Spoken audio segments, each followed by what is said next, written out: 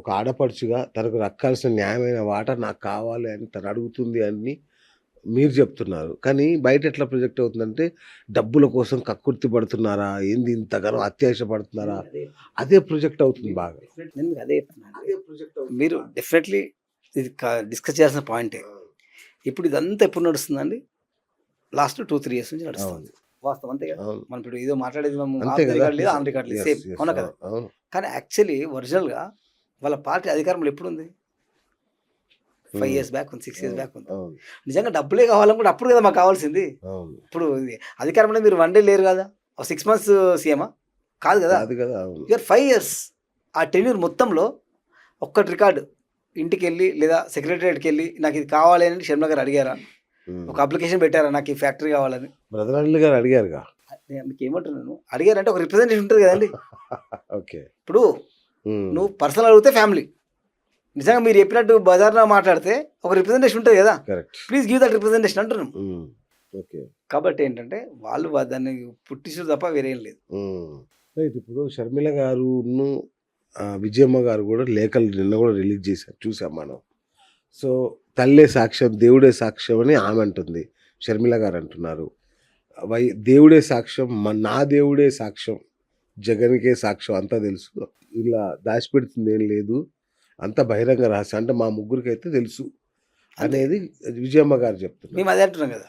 కానీ దీన్ని కాంగ్రెస్ వాళ్ళు ఎవరు పెద్దగా ఖండిస్తున్నట్లేరే దీని విషయంలో. మీకు అదే అంటున్నాం, మంచి కరెక్ట్. ఇప్పుడు మీరు కాంగ్రెస్ ఖండిస్తలేదు మీరు అంటారు కదా, వైసీపీ నుంచి ఎవరు ఖండించారు నాకు చెప్పండి అంటున్నా. ఈ చోట మూట ఒక ఎమ్మెల్యే రాఘవరెడ్డి కాకుండా మిగతా పెద్ద నాయకులు ఉన్నారు కదా. సజ్జల రామకృష్ణ రెడ్డి గారు ఉన్నారు, వైవి సుబ్బారెడ్డి గారు ఉన్నారు, ఇంకా కొంచెం ఎమ్మెల్యేలు ఉన్నారు, అంబటి రామ్ గారు ఉన్నారు, డేవన్ నుంచి ఉన్న చాలా మంది ఉన్నారు. మరి వాళ్ళు ఎందుకు స్పందిస్తలేరు అంటున్నా. ఎందుకంటే ఇది ఇంటర్నల్ ఫ్యామిలీ మ్యాటర్, ఇది రాజకీయ లబ్ధి కోసం చేసేది కాదు. ఈరోజు మేము మాట్లాడడం కారణం ఏంటి అంటే ప్యూర్లీ పిసిసి ప్రెసిడెంట్ షర్మిల గారు కాబట్టి మీరు ఈ రకంగా మాట్లాడకూడదు అనేది మా రిక్వెస్ట్. ఓకే అని మీరు రిక్వెస్ట్ చేస్తున్నారు కదా. సో వ్యక్తిగత విమర్శలు చేయకండి అని మీరు అంటున్నారు. కానీ కాంగ్రెస్ నేతలు కూడా జగన్ గారిని అదే స్థాయిలో వ్యక్తిగత స్థాయిలో విమర్శలు కుప్పిస్తున్నారు కదా. మరి అదేం కరెక్టా? అది ఎట్లా ఏ రకంగా ఆయన రకరకాలుగా అంటున్నారు కదా. పొలిటికల్ వైజ్ అంటారు, ఫ్యామిలీ మ్యాటర్ మాట్లాడలేదు ఎవరు. ఫ్యామిలీ మ్యాటర్లో ఫర్ ఎగ్జాంపుల్ ఇప్పుడు జగన్మోహన్ రెడ్డి గారు ఏ రోజు ప్రెస్ మీట్ పెట్టి షర్మిల గారు తిట్టారా? లేదు. షర్మిల గారు ప్రెస్ మీట్ పెట్టి తిట్టారా? నాయకులే నడుస్తుంది, మధ్యలో ఉన్న వాళ్ళు అట్లా జరగద్దు అంటారు అనేది. ఈ మ్యాటర్ జరగకూడదు. ఒకటి మనము పొలిటికల్ ఒకవేళ జగన్మోహన్ రెడ్డి గారు మాట్లాడితే అది వాళ్ళ స్వంత నిర్ణయం, పార్టీ పర నిర్ణయం. అదొక పార్టీ, ఇదొక పార్టీ. అపోజిషన్ పార్టీ ఇప్పుడు కాంగ్రెసే కదండి. ఇప్పుడు ఫర్ ఎగ్జాంపుల్ బీజేపీ టీడీపీ ఉంది, అదొక కాంబినేషన్. వైసీపీ ఉంది, కాంగ్రెస్ ఉంది. ఈ రోజు ఉన్న వైసీపీ క్యాడర్ ఎక్కడి నుంచి వచ్చింది మీరు చెప్పండి నాకు. ఆంధ్ర రాష్ట్రంలో ఈ రోజు ఉన్న వైసీపీ క్యాడర్ ఎక్కడి నుంచి వచ్చింది? కాంగ్రెస్ నుంచి వచ్చింది. మేము ఎవరితో కొట్లాడాలా? టీడీపీతో కొట్లాడతామా? మేము వీళ్ళతో కొట్లాడితే కదా మా క్యాడర్ మాకు రావాలనేది. పొలిటికల్గా మాట్లాడుకున్నప్పుడు మా క్యాడర్ అంతా ఎక్కడుంది? ఇప్పుడు మా రాజశేఖర రెడ్డి గారు చేసిన నాయకులు అంతా ఎక్కడున్నారు? అక్కడే కదా ఉంది. సో మేము వాళ్ళని విభేదిస్తే కదా ఆ క్యాడర్ మాకు రావాల్సింది. వాళ్ళని వెనక్కి తెచ్చుకోవాలని చూస్తున్నారు, అంతే కదా. పార్టీ పరంగా ఆలోచిస్తే కాంగ్రెస్ పార్టీ అక్కడ ఉన్న క్యాడర్ అంతా కాంగ్రెస్ పార్టీ క్యాడరే. రైట్. అదే ఇప్పుడు మరి నిజంగానే కొండారెడ్డి రాఘవరెడ్డి గారు ఏ ప్రెస్ మీట్ పెట్టినా కూడా సాక్షి అన్నిట్లలో దుమ్ము లేచిపోతా ఉంటాయి అవి. అంటే మరి వాళ్ళ అనుమతితో నేను చేస్తున్నట్టు కదా, మీరేమో ఉట్టునే చేస్తున్నాడు ఏమంటున్నా. మీరు అన్నట్టే ఆయన జవాబు చెప్పాలి. నిజంగా వాళ్ళ అనుమతితో చేస్తున్నా అనుకోండి, ఆయన ఒక హోదా ఉంటుంది, అది బయట చెప్పుకోవాలి. లేదు నువ్వు చెప్పుకోలేదా గొప్ప నాయకుడు అనుకో, మరి ఆ ఛానల్ నీకు అంత గ్రిప్ ఉన్నప్పుడు ఒక తల్లిని చెల్లి నా ఛానల్ అట్లా పోస్టులు పెడతా ఉంటే నువ్వేం చేస్తావు అని అడుగుతానండి. ఒక వైఎస్ఆర్ ఫ్యామిలీ అభిమానిగా నువ్వేం చేస్తావు అనేది మా ప్రశ్న. ఇంకొకటి, మరి ఇంత పెద్ద నాయకుడు తెలంగాణ ఉండాలని మీరు ఫీల్ అయితే మరి వేరే సమస్యలప్పుడు మీరు ఎందుకు రారు బయటకు? చాలా సమస్యలు ఉంటాయి కదండి. కరెక్ట్. ఆంధ్ర రాష్ట్రంలో ఇప్పుడు మనకి ఎన్నో మన నీళ్ళ సమస్య ఉంది, ఇంకో సమస్య ఉంది. ఇంత పెద్ద తోపు నాయకుడు అయితే మరి ఇద్దరు మాట్లాడాలి. ఆంధ్రప్రదేశ్ జగన్మోహన్ రెడ్డి గారు ముఖ్యమంత్రి ఉన్నప్పుడు, ఇక్కడ కేసీఆర్ ముఖ్యమంత్రి ఉన్నప్పుడు ఇద్దరు మరి లంచ్కి పిలిచారు. నేను పోయినా మా లంచ్కి పోయిండా రాఘవరెడ్డి గారు? వాళ్ళిద్దరు అన్ని మనం చూసాం కదండి. రోజా వాళ్ళంటే కేసీఆర్ వెళ్ళారు, కేటీఆర్ వెళ్ళాడు. మరి నువ్వు ఎందుకు పోలా? నిజంగా నువ్వు అంత పెద్ద మీడియేటింగ్ చేసే నాయకుడు అయితే నువ్వు ఎందుకు పోలా?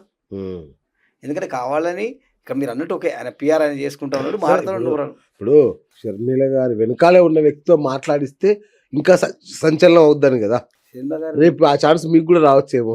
ఏమని ఇట్లా మాట్లాడేవని షర్మిల గారికి వ్యతిరేకంగా.